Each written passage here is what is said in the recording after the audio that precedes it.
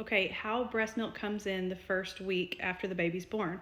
We talked about in my last video how babies act in that first 48 hours, how for 24 hours they're super, super sleepy, and you'll think that they're starving because you can't get them to eat enough, and it drives you really crazy, and then you go in a loophole thinking that the baby's starving to death. And then for the next 24 hours, they start cluster feeding, and then you think that you need to supplement because they're eating so, so much, and then you start to think they're starving to death because they won't stop eating. Now, after the first 2 days, though, that's when you start to get milk like in a bigger volume. 24, 48 hours, then you just have colostrum, and it's just replacing itself, just making what the baby eats, right?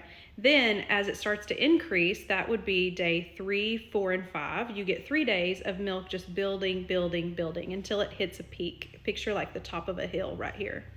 So on the 3rd day of milk supply, 5th day of the baby's life, you have way too much milk. And I'm talking like 3 times as much as you're actually gonna need. And during those 3 days, your baby has been starting to learn to give you hunger cues, to sleep for 2 or 3 hours at a time, and then wake up and then you feed the baby. And so your body has been learning what the baby eats, but your body is in overdrive trying to make enough milk to feed the baby. So you get to this peak, and by now your boobs are like up to your chin. You can't put your arms down. You're so full of milk, and you feel like you have way too much. So you start to be afraid that the baby is not eating enough because there's too much milk left over, and you start to get a little bit worried.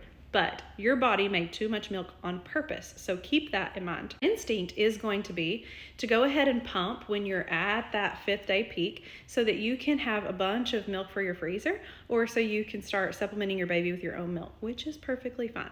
But do know that if you remove all of that milk when you have extra milk, you're gonna make more milk to replace that milk, which means that if you start to create a baseline that's way up here, then you're gonna have to continue to remove that much milk, or you're gonna end up fighting with like mastitis and clogged ducts and things like that later on when you start to get tired of pumping.